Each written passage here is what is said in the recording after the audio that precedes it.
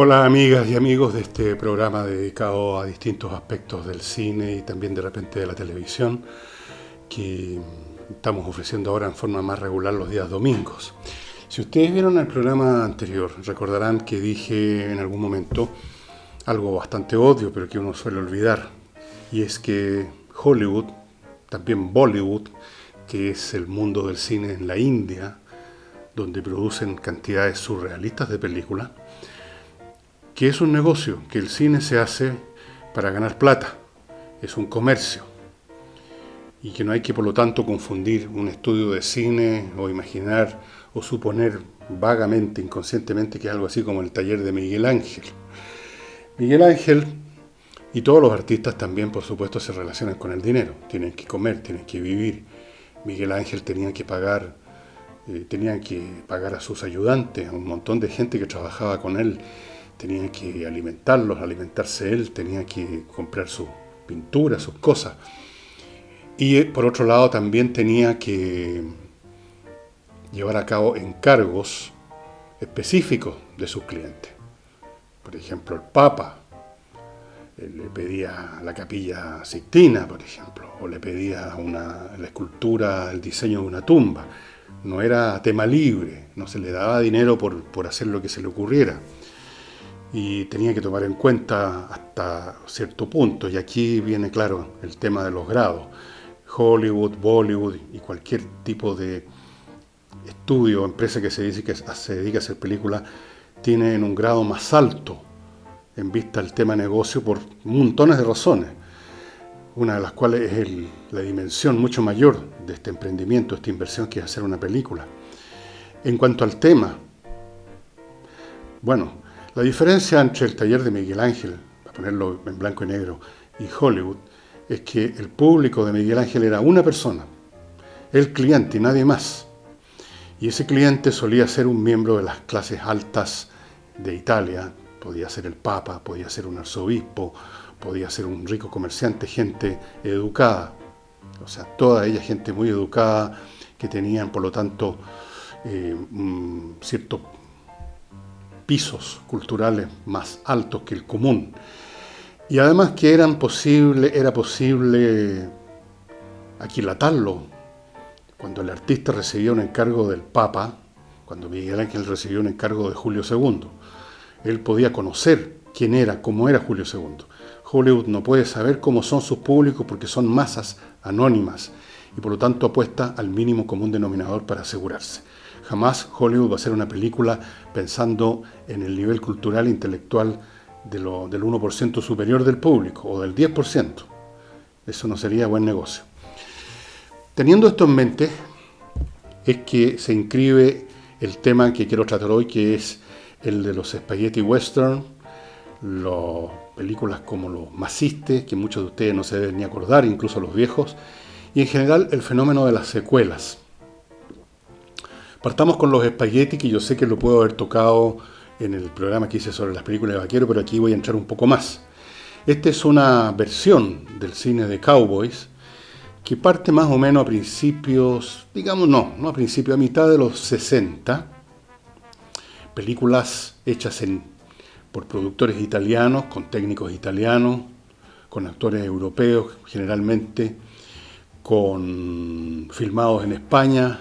España era un buen lugar para filmar por paisajes áridos, ideales para muchos ambientes del Far West, y porque era más barato, digamos, con los gastos de puesta en escena, de extras en acción, todo mucho más barato. Se hacían ahí. Estos spaghetti western, que al principio pudieron parecer casi un chiste, constituyeron una verdadera revolución estética y ética del cine de vaquero. Estética porque la puesta en escena fue completamente distinta. De los cowboys recién duchados y con su sombrero y su ropa recién salida de la lavandería, pasamos a un mundo de tipos sucios, barbones, transpirados, aceitosos, y de un mundo de tipos buenos, y además de duchados y limpiecitos, a un mundo donde incluso el héroe, el jovencito de la película, es inescrupuloso y anda simplemente detrás del dinero. Ustedes ven, es una revolución copernicana del contenido y de la forma del cine de cowboy tradicional. De hecho, cuando uno hablaba del jovencito de la película, era precisamente porque en el cine de cowboy clásico norteamericano, ya a partir de los años 30, el protagonista era un hombre muy joven, era un jovencito, normalmente un tipo encachado, bien afeitado, bien bañado, el sombrero blanco, como todo cowboy bueno. Los malos usaban sombrero negro. Entonces aquí hay una revolución. Comparen ustedes a cualquier héroe de película de vaquero de los años 40. Incluso cuando eran protagonizados por tipos un poco más rudos como John Wayne. Compárenlo con Clint Eastwood y se van a dar cuenta de la diferencia. Si ustedes vieron El Feo, El Bueno y El Malo, o algo así, que se llamaba esa película, también un clásico del cine Spaghetti Western, ahí está la diferencia muy notoria. La primera película que vimos en Chile, me parece a mí, de esta nueva corriente de películas, de esta verdadera invasión de películas hechas en Italia de cowboy, fue Por unos dólares más. Y yo creo que ya el título mismo indica este cambio copernicano en la ética. Aquí ya no hay un joven que llega a un pueblo o a un rancho, a cualquier lugar a restablecer la justicia. Aquí tenemos un tipo que trabaja al gatillo por unos dólares más. Con esa película conocimos un montón de cosas, conocimos la distinta puesta en escena de este cine, incluso los disparos de los revólveres sonaban distintos a los de las películas norteamericanas. Conocimos al actor principal, a Clint Eastwood. Clint Eastwood después haría una carrera cinematográfica que en cierto sentido en parte es una derivada de sus roles como cowboy en las películas italianas, porque toda esa serie de Harry el Sucio, el detective que no tiene muchos escrúpulos, recuerda al vaquero, un tipo que no tiene muchos miramientos en apretar el gatillo y que por obtener un objetivo tampoco se preocupa mucho de las normas, las reglas y los protocolos. Y hoy en día Eastwood, que está bastante viejo, en las películas que protagoniza una vez más, su personaje, no siempre, pero casi siempre es un tipo rudo. Es un tipo que en cierto sentido rudo y al mismo tiempo recordando lejanamente, como una reverberación a la distancia, el cine de cowboy lejano, porque estos personajes que encarna hoy Clint Eastwood son chapados a la antigua, son hombres, tienen una clara concepción del bien y del mal y hacen justicia de un modo o de otro. Pero en fin, dejemos a Clint Eastwood. Esta película, por unos dólares más, nos hizo conocer a un compositor italiano. A mí no me gusta en absoluto la música italiana moderna, que no sea la de Ottorino Respighi y algunos otros músicos como eso. Lo de Morricone me parece vulgar, pero es pegajoso. Se hizo famoso por hacer música de película.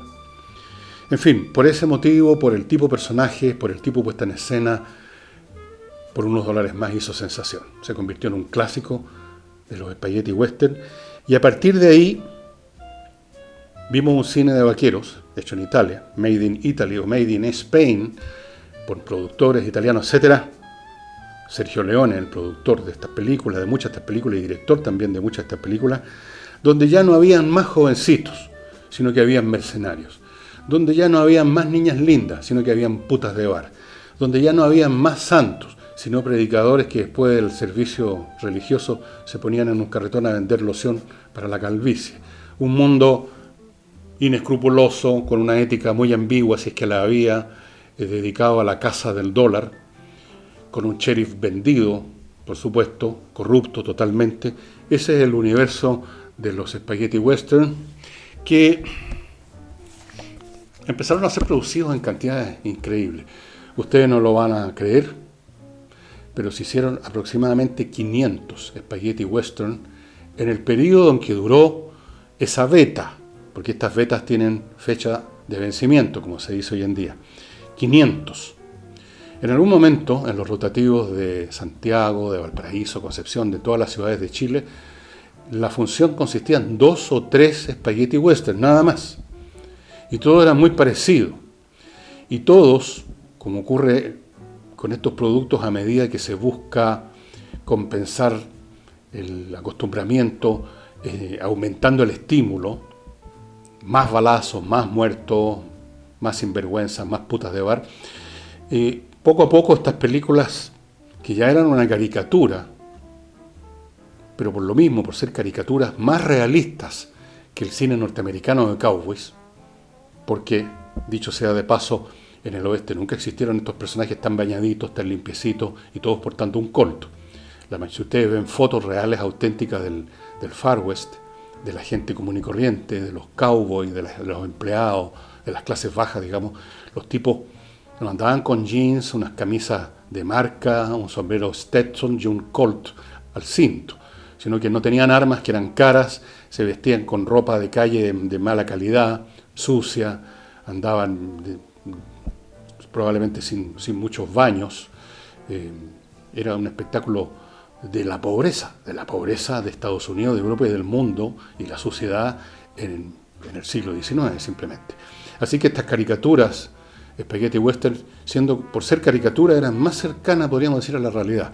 Pero como les digo, con esta necesidad comercial de aumentar los estímulos y de exagerar todo, el Spaghetti Western se empezó a convertir en una caricatura de la caricatura y se agotó, como ocurre con todas las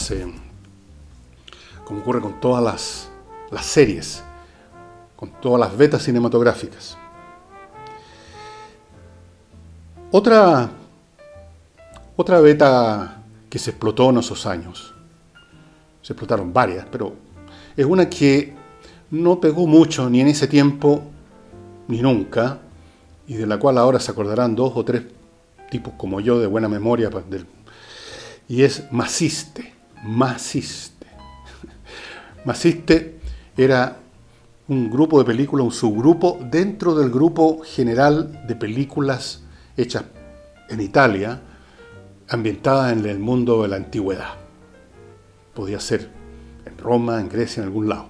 Nunca quedaba muy claro, a veces no quedaba claro en absoluto, dónde estaba ocurriendo la acción. Entonces, dentro de ese ámbito están las películas de Maciste. Maciste es una especie de héroe, una especie de Sansón. Elegían siempre un actor medio ambiguo sexualmente. Ahora, uno que lo ve ahora de adulto, ve unos tipos medio raríficos, bien bronceados, bien musculosos, aunque el cuerpo cubierto de aceite, parece aceite de oliva, brilloso,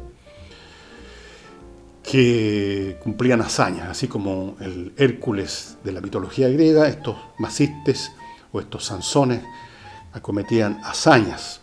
Estas películas las produjo en cantidades industriales unos estudios italianos que son Cinecittà, la ciudad del cine significa eso, y que es realmente una ciudad del cine, es como Hollywood, un enorme recinto, casi una ciudad repleta de todas las acomodaciones, escenografías necesarias para filmar toda clase de películas.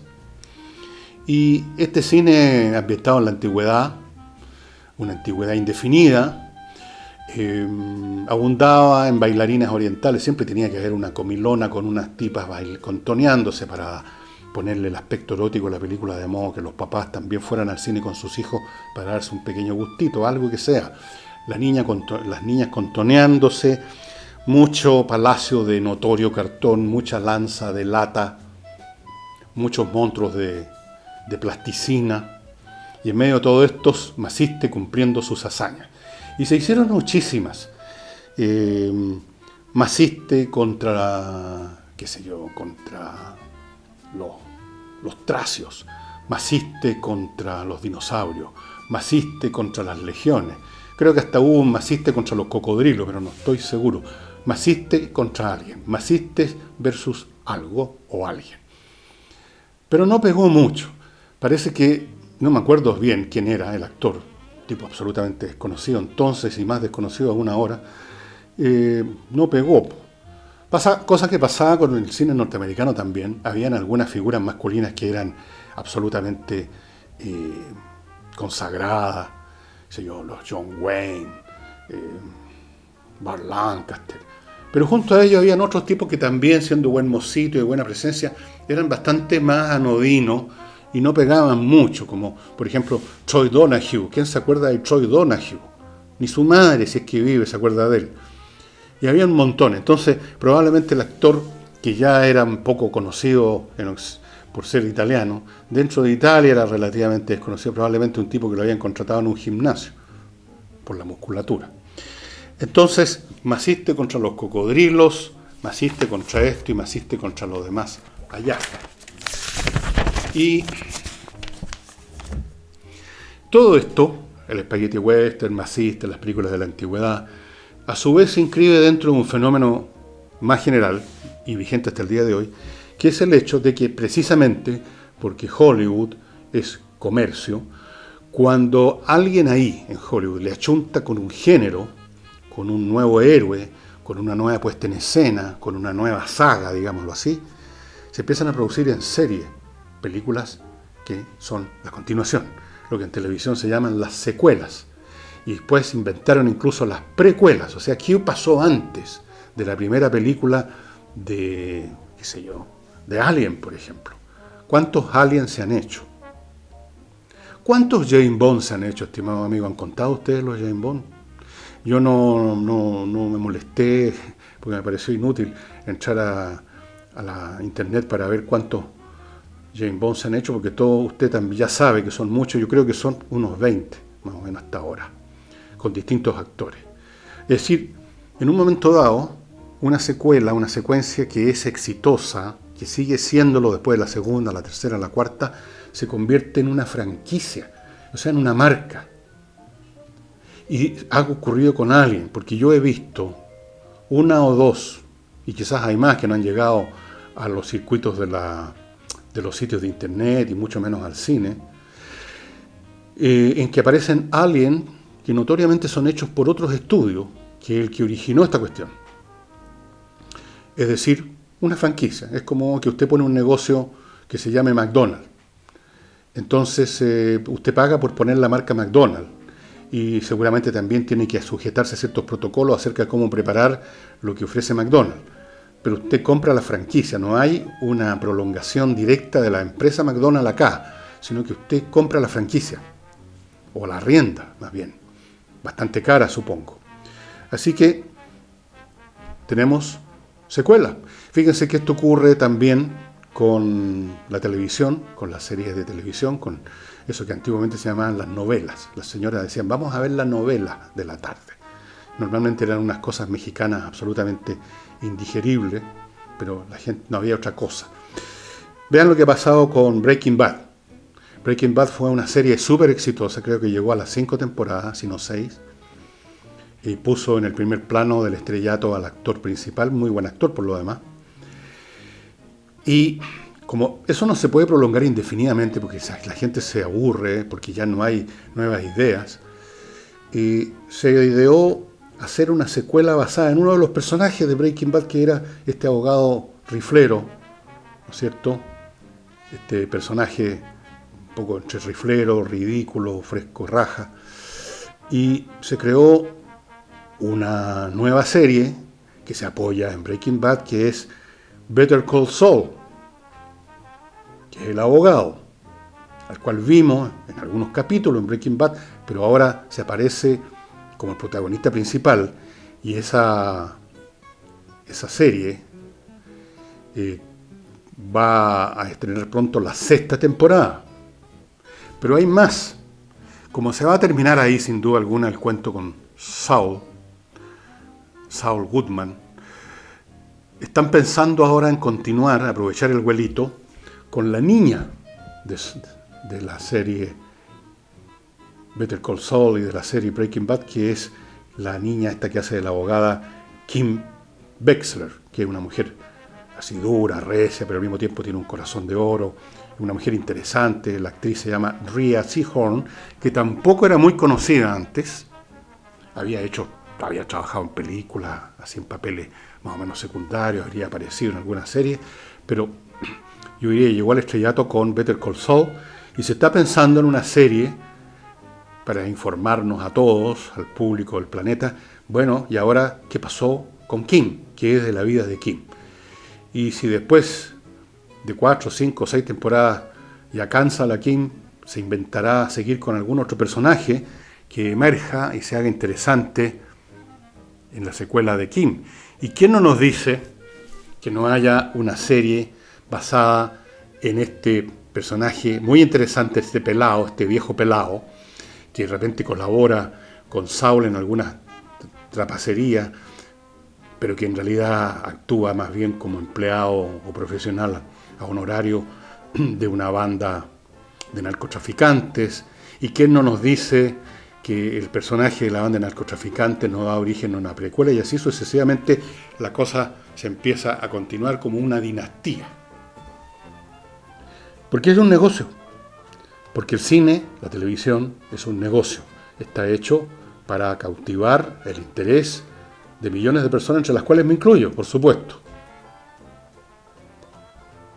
Y como me decía un amigo que vive en Londres, que me hizo unas críticas sobre mi capítulo anterior, en el sentido que yo había olvidado algunas cosas, había omitido mencionar algunas películas, y me dice, no todo lo que hace Hollywood es malo. No, yo creo que dije que no todo lo que hace Hollywood es malo, casi todo es malo, no todo.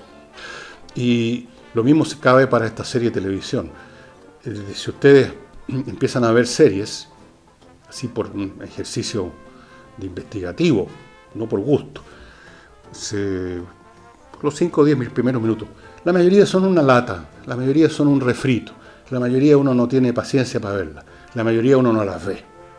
Pero se salvan algunas. Breaking Bad se salva, Better Call Saul se salva, no sé, otras también han sido buenas series. La de Chernobyl es una excelente serie. Claro que sí, de repente se equivocan y producen algo bueno, muy bueno. Casi uno podría decir que es funcionalmente necesario para la industria de la imagen producir de vez en cuando algo bueno, una lavada de cara que mantenga el interés de las audiencias, que mantenga el interés de los críticos, porque esta es una industria que abarca no solo Hollywood, sino que abarca muchas cosas más. Hay mucha gente que vive también de esto y hay que mantenerlos interesados, hay que mantenerlos asociados, hay que mantenerlos como socios del negocio. Y los Spaghetti Western, si usted está interesado, si usted es muy joven y no los vio, usted los puede encontrar en YouTube. En YouTube se encuentra todo al final del día, todo. Y si no, usted encuentra esas cosas en sitios de internet que se especializan en guardar películas que han pasado al dominio público, que tienen algún interés, si no artístico, al menos histórico, y usted las puede ver ahí.